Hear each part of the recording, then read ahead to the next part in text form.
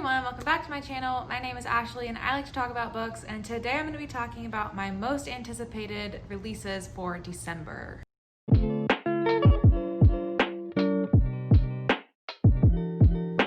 December is a pretty quiet and calm month in the publishing industry. I think this has something to do with book sales around Christmas time and getting things printed and just the amount that they have to get done. I don't really know, but it does have something to do with the holidays coming up. So I only have a couple that I personally am highly anticipating and have been looking forward to for most of the year, but I've also got a couple that I'll talk about that I am not necessarily sure that I'm going to be reading them, and I haven't heard much about them until recently, but I do think they will be highly talked about and you might be interested in them. So I'll start with the books that I am personally super excited for, and I will start with The Wrong Family by Tarryn Fisher. Tarryn Fisher is an interesting author to me. I have never been super attached to her works. I am just interested in her as a person and the things she writes. She has a very interesting personality if you follow her on social media, if you look into her own analysis of her works. And the way I came across her was because she is really good friends with Colleen Hoover, and I had a huge obsession with Colleen Hoover in like my teenage years.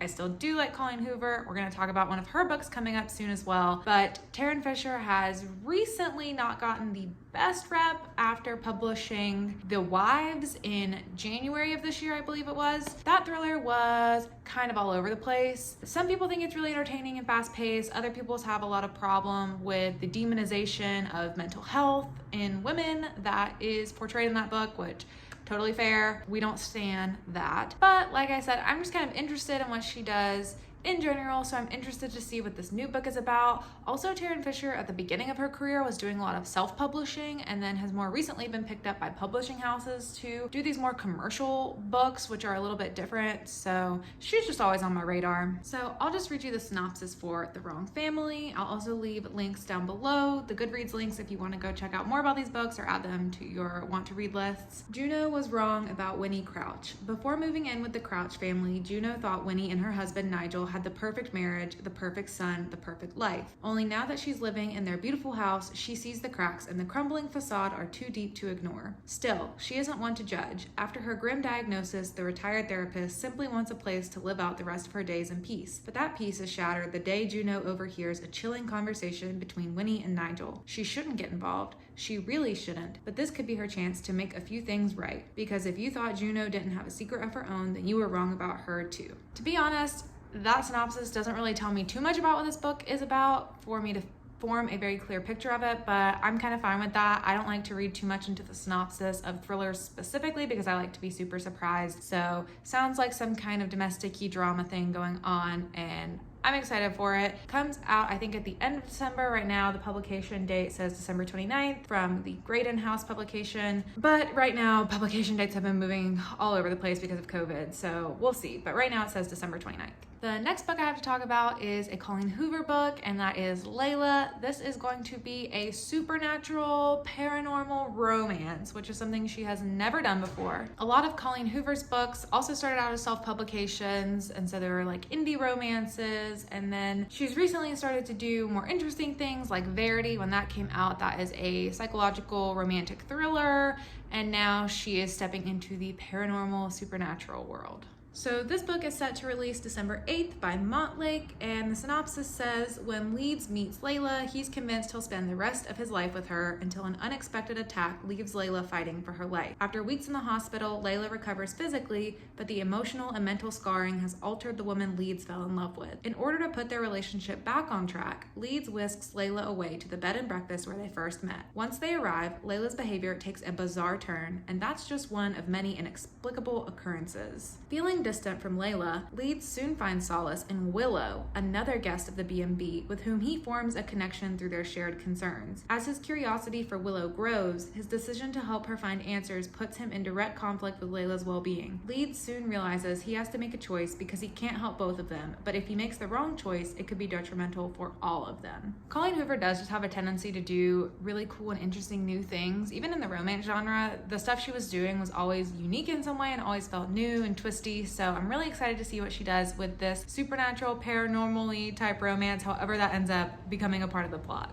The next book I have on my radar is Pretty Little Life by Darby Kane. This just came on my radar when Book of the Month chose it as one of their 5 selections for the month of November. It's going to be an early release for them because this is not coming out until the end of December. And this is another thriller. This one is about a woman who I believe killed her husband, and then there's an investigation going on around him, but then he comes back. I'm not sure. Let's read the synopsis. Layla Ridgefield lives in an idyllic college town, but not everything is what it seems. Layla isn't what she seems.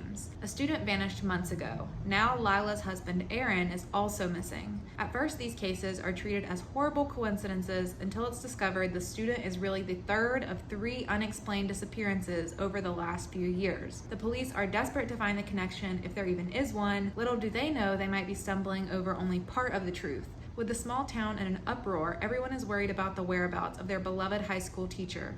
Everyone except Layla, his wife.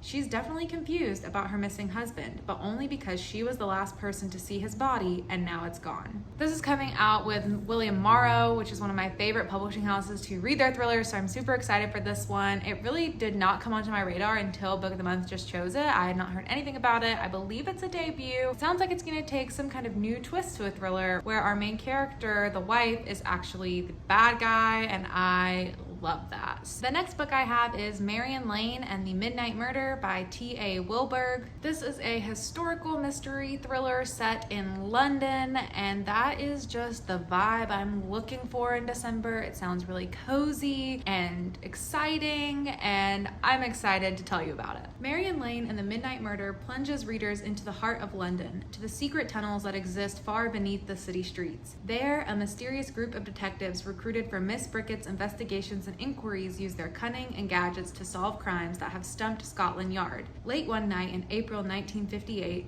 a filing assistant for Miss Brickett's named Michelle White receives a letter warning her that a heinous act is about to occur. She goes to investigate but finds the room empty. At the stroke of midnight, she is murdered by a killer she can't see. Her death, the only sign she wasn't alone. It becomes chillingly clear that the person responsible must also work for Miss Brickett's, making everyone a suspect. So this is like a locked room mystery, and I really love those when there's just a small group of people and they all have to be somehow involved and they all seem suspicious and you're trying to piece together what's going on. Very like traditional Agatha Christie style mystery. So I'm super excited for this one. I also really like the cover and just the vibes that it's giving off, and I hope it's as thrilling as it sounds. And the last one I have on my radar is The Cousens by Karen McManus. You've probably heard of this author from the series One of Us is Lying and One of Us is Next, and if there's more of those books, I don't know. I don't personally read a ton of YA mysteries and thrillers. I'm interested in them. It's just not the first thing I'll pick up when I'm ready to read a new book,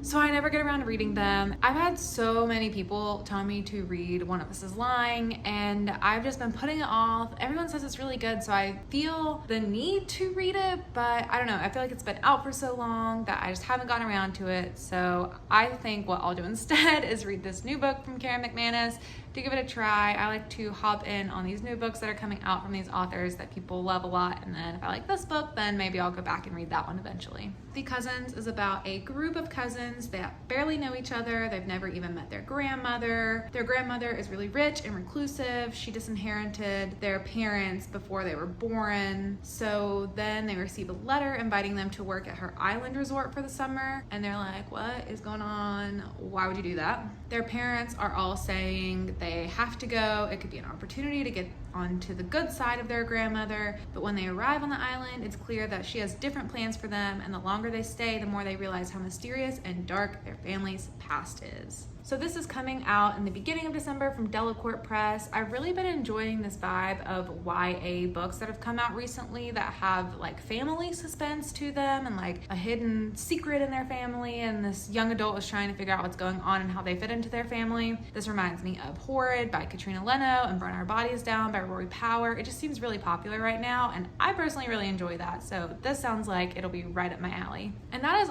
all of the books that I have that I personally am excited for in December. I don't know if I'll get to all of them in December. In fact, I definitely probably won't be getting to most of those in December, just because I have so many other books I have to wrap up through the end of this year, but then they will definitely be put on my 2021 radar. But I do have 5 more books that I can talk about that I think will be highly anticipated by many and will probably end up coming on to my TBR at some point as well. With these books that I'm not super excited for, but I am interested in, I usually let them pass that first wave of coming out and people reviewing them to see who likes them and who doesn't, so I can kind of figure out how I would feel on them. The first one is Crosshairs. This is by Hernandez, and this is a near future dystopian novel where a queer Black performer and his allies join forces to rise up when an oppressive regime gathers those deemed other into concentration camps. This sounds like it's going to be a very hard-hitting, very important novel for our time. I don't think I'm going to be ready for this in December. I need some more lighthearted reads right now, but this definitely sounds like a super powerful book that I am excited to hear other people's first early reviews on. Next, I have A Universe of Wishes. This is a We Need Diverse Books anthology, which I've never read any of those before, but I have been interested in.